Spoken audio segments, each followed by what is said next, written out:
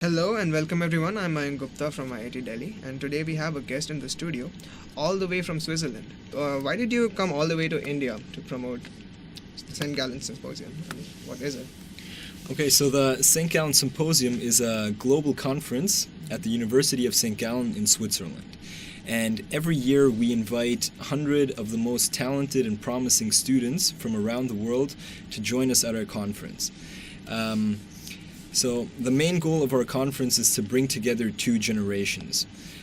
So on one hand, we invite current leaders such as top-level executives, scientists, and politicians to meet and discuss important issues of our time with the future leaders, such as can be found at the IIT Delhi and in various universities across India. What kind of people attend this conference? In the past, we have welcomed such renowned personalities as Kofi Annan, the seventh Secretary General of the United Nations.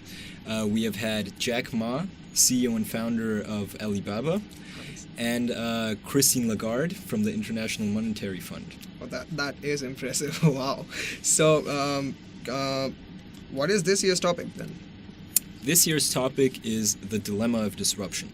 I think that it is a very current topic, and especially in India, because India is affected by disruption in many ways today. Can you define disruption? So I read this article on your website, so it's a pretty interesting thing. How do you define it? Like, what is the whole idea? So we see disruption as a radical change of the status quo. So it's changing the rules of the game. And this doesn't have to be specifically in a business matter. This can also be in politics or in society, in technology, basically in any subject. So, like you mentioned in your website, like a lot of Fortune 500 companies have gone bankrupt because of new technological innovations. Exactly. Startups like Uber or Airbnb. Exactly. So Uber and Airbnb and all these shared economy apps are a great example for disruption. We had the classical taxi companies that bought cars and hired drivers and sent them around town to drive around people. And then came Uber, a $70 billion company that doesn't possess a single car. Yeah. And it just completely changed the taxi industry. And so this is what we see as disruption. But as mentioned before, this doesn't only have to be in business, but this can also be in society, where we would see, for example, a change of government or a war as disruption. So why did you come to IIT Delhi and India? Okay, so we travel around the whole world in search for the most promising and talented students. And we do this to ensure that we get very talented students at our conference. And since IIT Delhi is the best technological university in India, it is very important to us to have the voices of IITD students represented at our conference. And that is why we would like to motivate all of you to participate in the next year's St. Gallen Symposium. So is the symposium attended by all kinds of majors, like economics majors or history majors, for instance? Yes.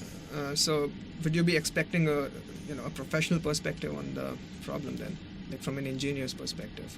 Or would you be rather expecting a general perspective from? It can be both.